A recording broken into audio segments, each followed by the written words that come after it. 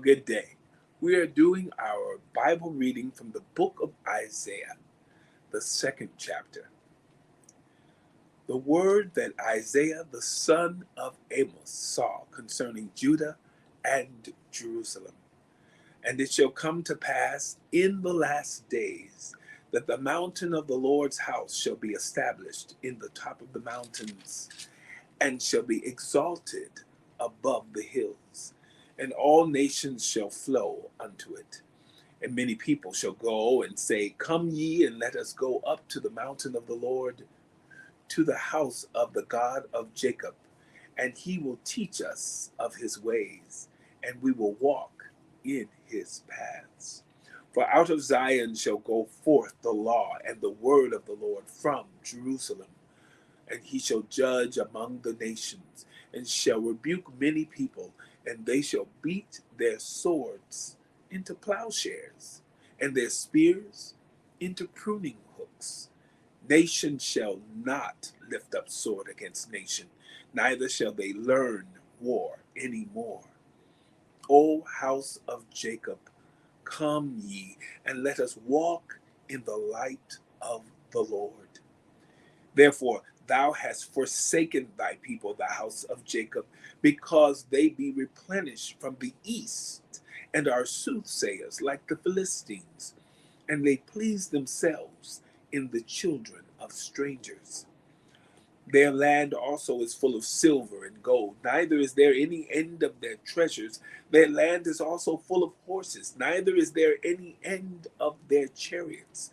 Their land also is full of idols. They worship the work of their own hands, that which their own fingers have made. And the mean man boweth down, and the great man humbleth himself. Therefore forgive them not. Enter into the rock, and hide thee in the dust, for fear of the Lord, and for the glory of his majesty. The lofty looks of man shall be humbled, and the haughtiness of men shall be bowed down, and the Lord alone shall be exalted in that day.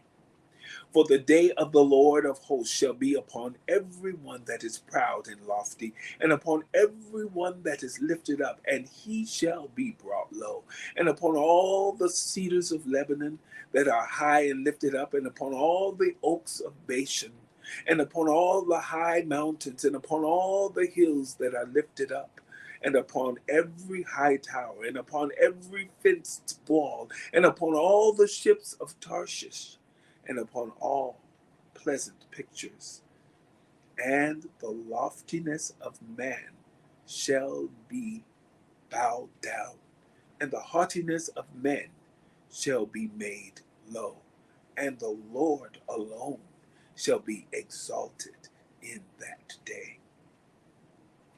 And the idols he shall utterly abolish, and they shall go into the holes of the rocks and into the caves of the earth, for fear of the Lord and for the glory of his majesty, when he ariseth to shake terribly the earth.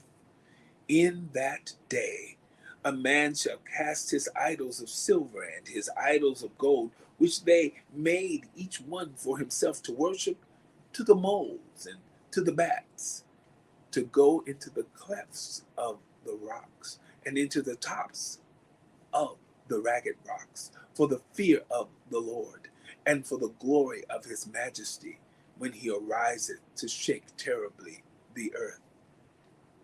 Cease ye from man, whose breath is in his nostrils, for wherein is he to be accounted of? The book of Isaiah, the second chapter. Have a wonderful day.